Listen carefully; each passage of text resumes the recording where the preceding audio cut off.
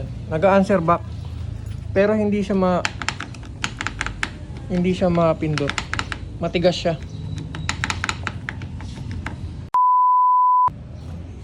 Magandang umaga sa inyo mga sir.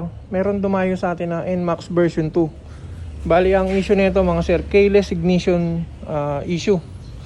Stock up yung kanyang keyless ignition knob. Bali ito, nagre-response naman yung motor pagka pinipindot yung remote.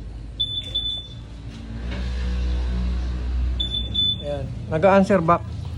Pero hindi siya mapindot. Matigas siya. Bali ito mga sir, bagong palit yung battery nito. Tapos yung battery ng motor hindi naman low bat. So ayan, 13.2. Malakas yung battery. Ayan, hindi siya nagre-response kahit anong gawin. Bali inaabot ng oras si sir bago niya mapagana. Maraming beses niyang pipindutin. Yung remote niya. Ayan. Nagre-response naman.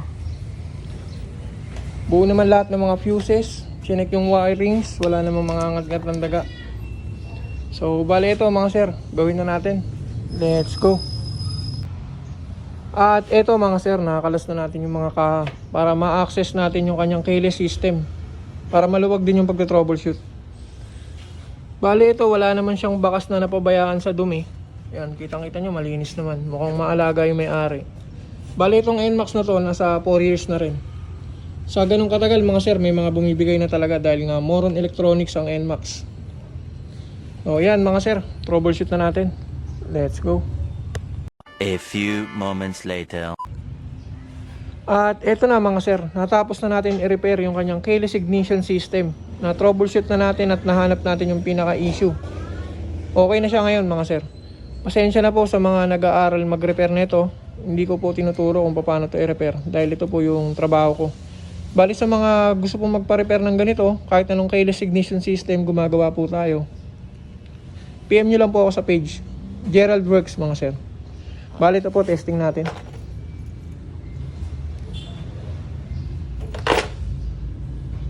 Ayun. Responsive na ulit yung kanyang keyless ignition system. Hindi tayo nagpalit mga sir. Nag-repair lang tayo ng kanyang keyless ignition system. Ayan, okay na. Responsive na mga sir. Konting pindot lang, kagat na kaagad siya. Yun, parang bagong keyless ignition system. Parang bago yung motor mga sir.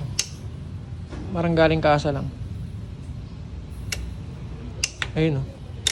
Okay na. So ito mga sir, buuin na natin yung kaha tapos testingin natin ulit.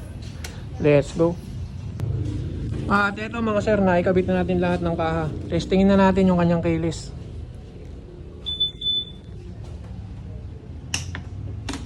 Yun, responsive na mga sir.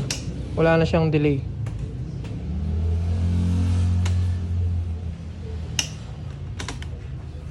Bago natin gawin to mga sir, inaabot ng oras sa kakapindot bago lumabas tong key indicator. Bali hindi na nga nakapasok si sir dahil nga nagloloko tong motor niya. Kaya dinala niya na sa atin. So ayan, okay na yung kanyang NMAX. Sa mga may ganitong issue mga sir, PM lang po kayo sa page Gerald Works mga sir. Salamat po sa panonood. God bless and ride safe always.